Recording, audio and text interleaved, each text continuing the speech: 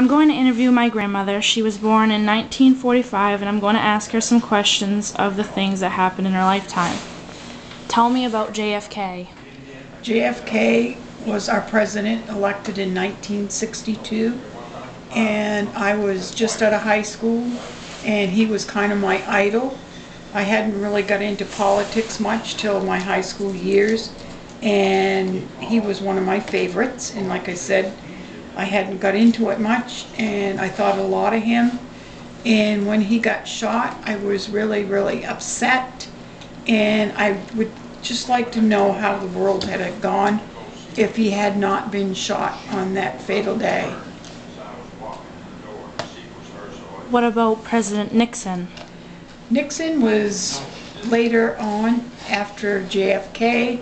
He was a family man, and he seemed to do fine.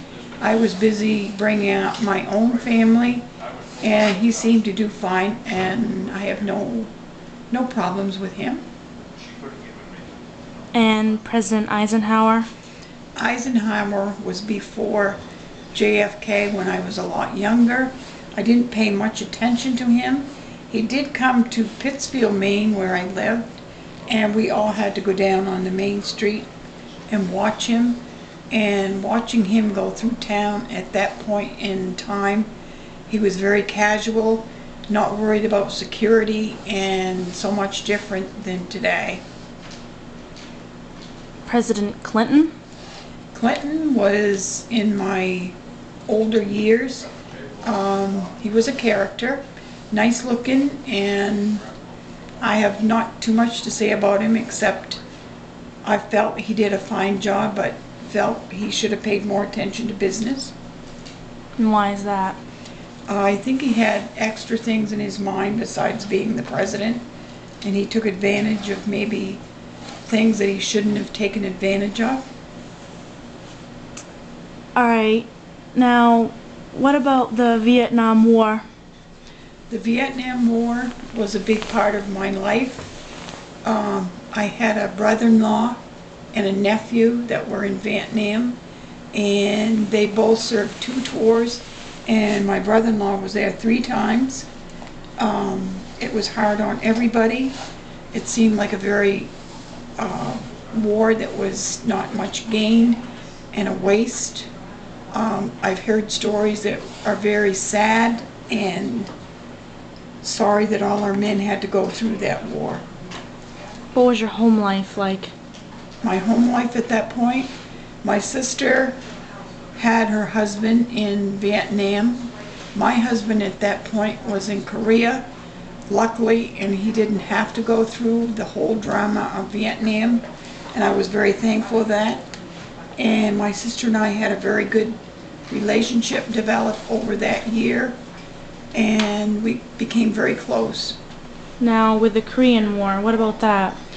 The Korean War was when my brother Ralph was over there, and I was in, I believe, 2nd grade at that point, and I remember when he left, I was very, very sad and upset, and I can remember very detailed the night he came home, and my mom and dad had to pick him up in Portland, and being a younger sibling, I had to stay home and wait.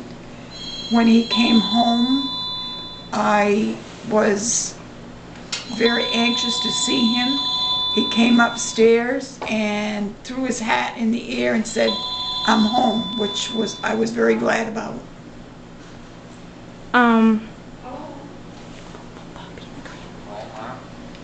The Korean War?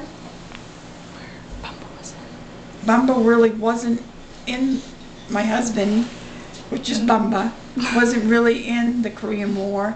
He was in Korea, and it was kind of like peaceful at the point that when he was there, and I didn't worry as much as if he had been in Vietnam.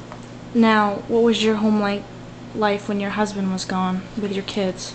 I didn't have any kids when he was in Korea. We were just newly married, and I stayed with my mom while he was gone, and it was very comforting to have family around me while he was gone. Was there any way that you got to talk to him while he was gone? When he was in Korea, he called me once from Korea, and it was at Christmas time, which was a big treat.